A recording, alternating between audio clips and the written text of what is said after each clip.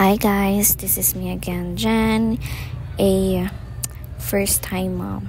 Char, nagbago na yung intro natin. Anyway, good morning everyone, and it's Thursday today, and 2:30 pa lang ng umaga nagising na yung baby ko, and hanggang nag 5 a.m. hindi na siya nakatulog ng straight. So, lumabas na lang kami ng kwarto para ako mag-asikaso ng agahan namin since may mga kailangan akong gamot na inumin by hour siya. So, ayan, lumabas na kami ng kwarto. Tulog po yung partner ko since may work na siya. Kasi 3 days siya nag-absent simula nung nanganak ako. 3 days kasi kami nagstay sa hospital.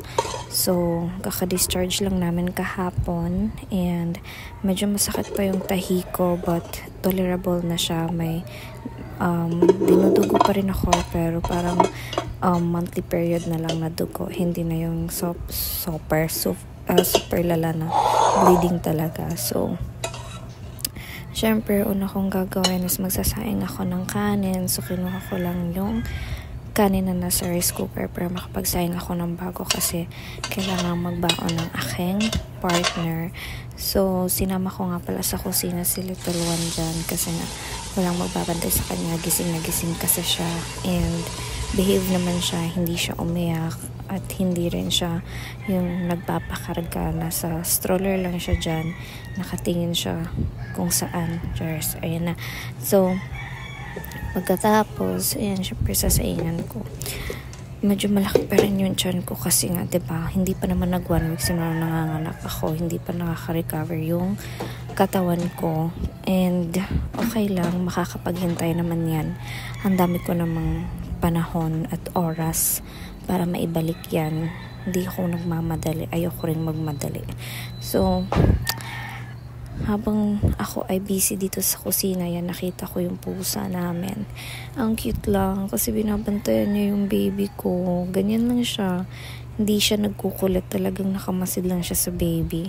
So, pagkatapos ko nga palang magsaing, eto na, hinugasan ko na yung mga dede na nagamit, tsaka yung pump ko kasi nag-try ako mag-pump. Hindi pa ganun kadami yung milk supply ko, but good thing enough siya para sa baby ko na mabusog, makawiwi at makapoop siya. Yung gamit ko nga pala dyan is yung Cleanfant Nipple Bottle Washer. Nagustuhan ko yung Cleanfant Bottle Washer na yan kasi sobrang bula. Kahit konti lang yung gamitin mo, mabula na siya. And alam mo yun, nag-research ako dito. Super safe na safe to gamitin para sa mga baby, especially sa mga newborn. Kasi nga sensitive pa sila. And hindi ka pwedeng gumamit ng kung ano-ano lang para ihugas sa mga ginamit mo, especially yung baby bottle. And by the way, yung baby bottle, hindi ko siya palaging ginagamit. Direct latch pa rin si baby sa akin. Pero sinusubukan ko siyang painumin gamit ang baby bottle kasi nga just in case umalis ako, at least okay siya sa baby bottle, sanay siyang dumedi sa baby bottle. So, hindi hassle sa akin. Mag-iiwan lang ako ng milk supply ko, i-freeze ko lang, tapos defrost niya, and then isali natin sa baby bottle. So, yan yung ginagamit kong panglinis ng mga baby bottle niya, pati yung pump ko. Maghanap ako ng lagayan dyan kasi naka-cellophane lang yan, and I know it's not hygienic na naka-cellophane lang siya. So, maghanap ako ng lalagyan ko ng mga ginagamit ko panglinis na baby bottle ng aking prinsesa. Prinsesa namin yan.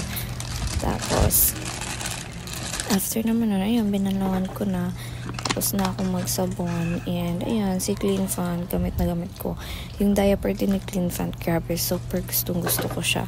Gamitin namin siya. And ang saya ko kasi hindi namimili ng diaper yung baby ko.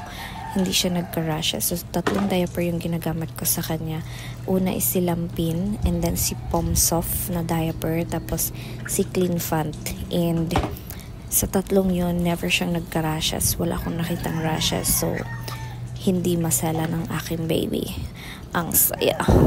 But anyway, patapos na ako dyan. So, i-sterilize ko na lang yan. Lalagyan ko lang yan ng super na mainit na tubig para ma-sterilize siya. Ayan, diba? Kumukulo pa yan. So, hanggang dito na lang din ako mga momshi. Salamat sa panonood nyo. Yung little one ko umiiyak na kasi dyan. Kaya hanggang dito na ako. Bye! Your first time mom here.